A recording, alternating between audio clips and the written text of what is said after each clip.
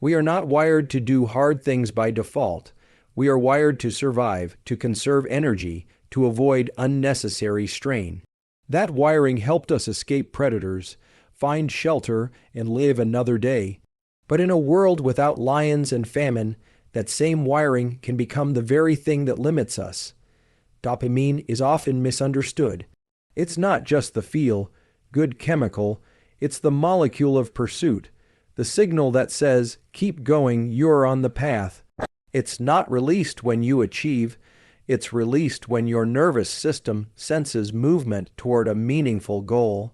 That means the moment you act, even if the act is small, you ignite a biological cascade that builds momentum. The mistake most people make is waiting to feel driven before they move, but the brain is wired the other way around. Movement creates motivation, effort triggers drive. Inaction deadens the system, but even a step forward, even the smallest deliberate action, unlocks the chemical fire of dopamine and sets the brain ablaze with energy and focus. This is not just science, this is the spiritual truth of effort. That reward doesn't wait at the end, it waits in the obedience to act. When you delay action, when you sit in hesitation, you block the very system that's designed to help you rise. But when you start moving, even in uncertainty, even in fear, the brain reads that signal and responds with strength. Dopamine levels increase, cortical circuits light up, systems of attention, learning, and endurance engage. The body follows where the brain leads, and the brain follows where your actions begin. You are not waiting on power, you are sitting on it. The most powerful thing you can do when faced with a hard task is to move toward it. Not because it will feel good immediately, but because that movement sends a sacred signal into your biology. This is who I am. And the brain obeys that declaration. Neural circuits reorganize to match your decision. Your chemistry aligns with your identity. The mind begins to flood the system with energy because you are no longer running from discomfort. You are running into it. You are saying with your actions that the mountain does not move you. You move the mountain, and it builds. Every repetition, every step forward in the face of resistance, strengthens the link between effort and reward. Dopamine is not about pleasure. It's about potential. It is the divine whisper in the nervous system that says growth is happening, even when the result isn't visible. And the more you anchor dopamine to the process, the more unstoppable you become, because then you are no longer chasing the outcome. You are fueled by the climb. The brain begins to release dopamine not when you win, but when you work. That is when you break free from the addiction to ease. That is when hard things become holy. You train this by choosing action when it's hard, by celebrating the moment you begin, not just the moment you finish. You wire the system by honoring the effort, by placing your attention not on how far you have to go, but on the power of beginning again. That is where peak drive lives in the chemistry of forward movement, in the sacred biology of choosing the harder path, not for applause, but for alignment with who you were made to become. The prefrontal cortex is the throne of intention, the control tower of the human mind. It's the place in the brain where vision overcomes impulse, where discipline overrides distraction, where long-term purpose silences short-term emotion. And when it is trained properly, it becomes the seat of unstoppable forward momentum. But this part of the brain does not automatically lead. It must be summoned. In moments of discomfort, the limbic system will shout first. It will tell you to quit, to rest, to protect yourself from effort. But the prefrontal cortex holds a different voice. It whispers vision. It holds the image of what could be. And when activated, it can overpower even the strongest emotional storms with a single command: keep going. You do not need to feel ready. You need to give your prefrontal cortex something to aim at, because when it has clarity, it creates direction. It recruits attention, it filters out distractions, it aligns the body with mission. And it does this in real time through direct communication with your motor systems, your hormonal axes, your internal state regulators. This is not mindset talk. This is biology, and the more you train the prefrontal cortex to lead, the more it takes over when it matters. You build this by forcing decisions when it's uncomfortable, by practicing stillness when you want to react, by holding your course when emotion tries to pull you off it. This is the same pattern used by those who endure. The disciplined, the focused, the unstoppable, they are not emotionally numb, they are neurologically trained. Their prefrontal cortex does not collapse under pressure because it has been shaped in pressure. Every time you choose structure over chaos, every time you choose action over avoidance, you are strengthening the very circuits that govern persistence. The brain begins to adapt, it rewires its default patterns, and soon, doing the hard thing isn't just possible, it becomes automatic. That is the path of true mastery, not in waiting for the storm to pass, but in training the mind to move through it with direction. The prefrontal cortex gives you that power, the power to override the moment with the mission, the power to replace impulse with strategy, the power to feel everything and still move forward. That is not motivation, that is a trained brain. And it is available to anyone willing to do the work. This is the sacred discipline of mental training, not just to think clearly, but to act with precision when clarity is under attack, to walk forward not because it feels good, but because you have taught your brain that the path is worthy, because the future you are building deserves obedience in the now, because the vision is louder than the voice of fear, because the signal to advance is not emotion, it is direction rooted in the throne of the mind, activated by choice, strengthened by struggle, and wired into the circuits of a brain that will not yield. Effort-based rewards rewire the brain for long-term drive in a way that no external achievement ever can. When you teach your nervous system to release dopamine not from the finish line, but from the very act of moving forward, when you train your biology to feel the win in the middle of the work, you unlock a form of motivation that doesn't burn out. This is not psychological trickery. This is the blueprint of how the human brain was built to pursue, persist, and grow. The deeper truth is this: the more you reward effort internally, the less you depend on circumstances externally. That's freedom, that's power, that's the unshakable engine of sustained performance. Most people are slaves to outcome. They only feel good when they succeed. They only act when the reward is guaranteed. But that fragile pattern collapses the moment results are delayed. The brain's dopamine system starts to crash, and with it, their momentum disappears. But when you begin to condition your brain to love the process, to experience chemical reinforcement from the grind, the struggle, the pursuit itself, your system becomes durable. You stop asking, "Am I there yet?" and you start declaring, "I'm built for the journey." That is a shift not just in mindset, but in molecular wiring. Neuroplasticity, the ability of your brain to change, is driven by repetition under intensity. When you apply effort, especially in discomfort, your brain takes notice. But the message you send next determines what it does with that effort. If you tell yourself, "This is pointless until I win," you weaken the neural circuitry that fuels long-term grit. But if you tell yourself, "This is the win," every time you push forward, your brain releases dopamine. It begins associating effort with reward. It starts reinforcing those actions. The circuits fire more easily. The drive becomes intrinsic. You begin to love the labor not because it's easy, but because it's meaningful. This pattern of effort-based reward is the foundation of elite performance across every domain. Athletes, creators, scientists, and warriors all understand this truth. Motivation that depends on applause is shallow. But motivation that flows from obedience to the process is endless. It is a well that never runs dry because it does not depend on what you receive. It depends on who you're becoming. When the act of trying becomes sacred, when the resistance becomes a place of worship, your nervous system gets the message, "This is valuable, do it again." And so it does, and again and again. The ones who last are not the ones who feel great all the time, they are the ones who feel the fire of effort and call it progress. They are the ones who have trained their brains to see meaning in repetition, strength in strain, identity in the doing. That is the deeper science. That is the holy chemistry of grit. It is not waiting for life to reward you. It is teaching your brain that the reward is already in motion, that the action is enough, that forward is sacred, and that every drop of effort is proof that transformation is already happening.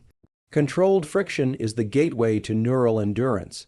It is the sacred pressure the brain needs in order to grow. Not all stress breaks you, only unmanaged, chaotic stress does. But stress applied deliberately, with structure and purpose, becomes the most potent teacher your nervous system can encounter. Every time you step into discomfort on purpose, every time you place yourself under resistance by choice, you send a signal to your brain: adapt or collapse. And the human brain, wired for survival and sculpted by challenge, does not choose collapse when trained correctly. It chooses growth. It rewires, it strengthens, it becomes durable under load. This is why friction is necessary. Without it, the nervous system atrophies. Without it, motivation fades. Without it, the internal circuits of drive and persistence remain dormant. But when you seek out controlled hardship, not chaos, but calibrated challenge, the system wakes up.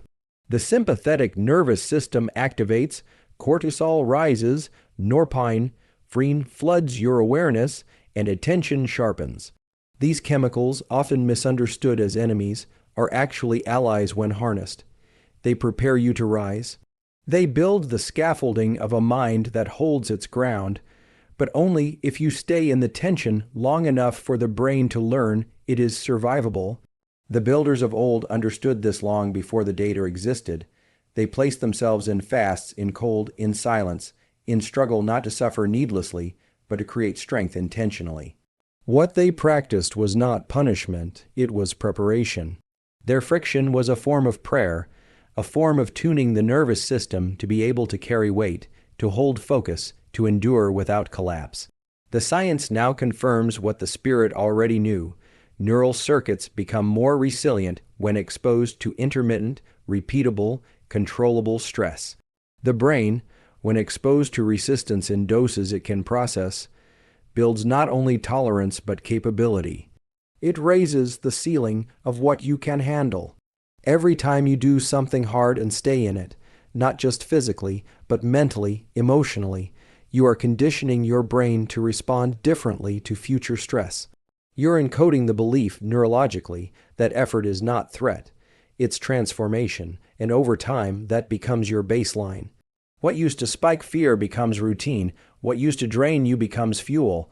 This is how the system is built: exposure, recovery, exposure again. The brain does not grow in avoidance, it grows in applied adversity, but only if you choose it with awareness. Only if you meet the discomfort not with panic but with presence. You do not need chaos to grow. You need challenge with intention. You need to show your nervous system that you are not running, that the heat it feels is not destruction, it is construction. That the friction is not punishment, it is purpose, and when the brain sees that you keep stepping forward, that you hold the line under pressure, it responds with adaptation. It makes grit your new normal. It turns the hard thing into the holy place, because in the resistance, something divine is being built, something no comfort could ever create. Breath and vision are the control levers of the nervous system, tools given not by accident, but by design, to help you take command in moments when everything else feels like chaos. They are not soft interventions, they are power switches. They are how you shift from panic to purpose, from distraction to direction, from doubt to discipline. When your body begins to tremble, when the task feels bigger than your will, when fear or fatigue or pressure begins to cloud the mind, these tools remain. You cannot always control the circumstance, but you can control the signal you send to your brain, and breath and vision are the fastest, most effective signals you've been given. The nervous system reacts to stress before your mind can interpret it. Heart rate rises, vision narrows. Breath shortens. These are not signs of weakness. They are survival responses. But when left unchecked, they drive behavior.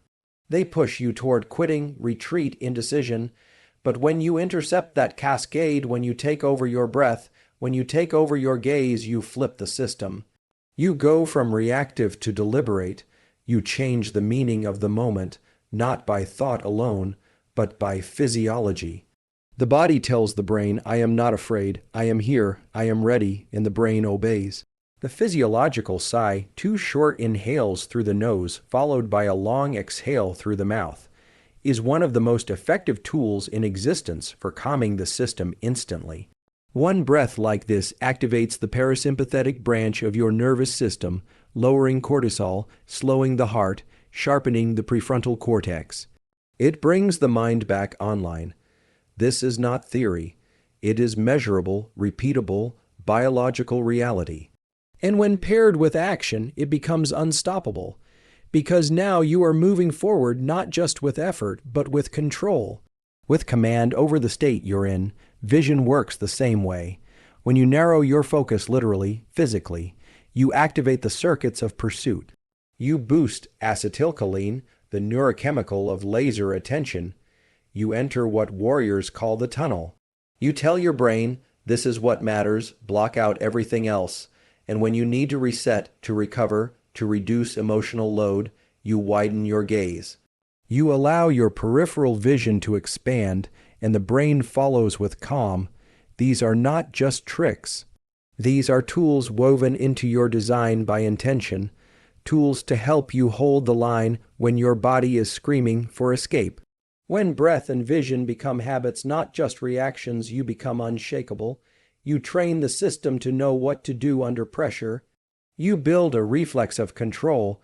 You replace spirals with stillness. You replace confusion with clarity. These are the tools that create warriors in science and in spirit. Because when you breathe with purpose and see with intention, your biology obeys your mission. You become the architect of your state, not the victim of your circumstance. And that is how hard things become possible, not because they're easier, but because you are now operating from the core of your design. Hard things become easier when you train the nervous system, not just the mind, because it's not your thoughts that quit under pressure, it's your biology. It's the flooding of stress hormones, the rapid fire signals of the limbic system, the tightening of muscles, the shallow breath, the narrowing of vision. These are ancient responses designed for survival, not success. And if you try to outthink them without training your nervous system to respond differently, your willpower will always be outrun by your wiring. But the miracle is this, that wiring can be rewired. The very systems that once triggered shutdown can be transformed into systems of drive, clarity, and calm. This is the deeper science of grit. It's not about mantras, it's about mechanics. When you repeatedly expose your nervous system to effort, discomfort, and challenge, and then regulate your response with breath, posture, and intention, you teach it that stress is not danger. You teach it that fatigue is not failure. You train it to move forward even when everything in you wants to stop. Neuroplasticity is not just about learning, it's about enduring.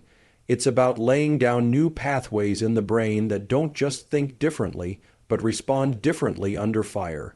And when those pathways become automatic, you don't just feel resilient, you become it. This is why you must train under tension.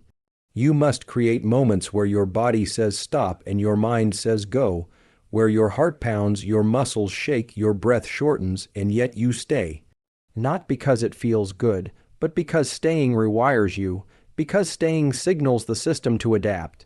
And it does, it always does, the same nervous system that trembled yesterday begins to hold firm today. The same body that panicked last week becomes calm in the fire this week, and you realize you weren't broken. You were just untrained, you weren't weak, you were just untested. Hard things will always be hard. That doesn't change. But your capacity to move through them, to stand in them, to act inside them without losing composure or clarity, that can change entirely. That is not reserved for the elite. that is available to anyone who trains, because training is not about talent. It's about exposure, it's about repetition, it's about deliberately putting yourself in situations that trigger old responses and staying there long enough to write new ones. And slowly, those new responses become instinct, the fear becomes fuel, the tension becomes familiar, the pressure becomes the place where you find your power. You no longer need to fight your biology. You've trained it to fight with you. Your breath responds on command. Your focus locks in without force. Your body carries the stress without collapse. And your brain, shaped by challenge and recovery, becomes a fortress, not because it was born that way, but because you built it. Through practice, through pressure, through persistence, because the nervous system doesn't speak in words, it speaks in exposure. And you have spoken to it in the only language it understands, the language of repeated action under fire without retreat.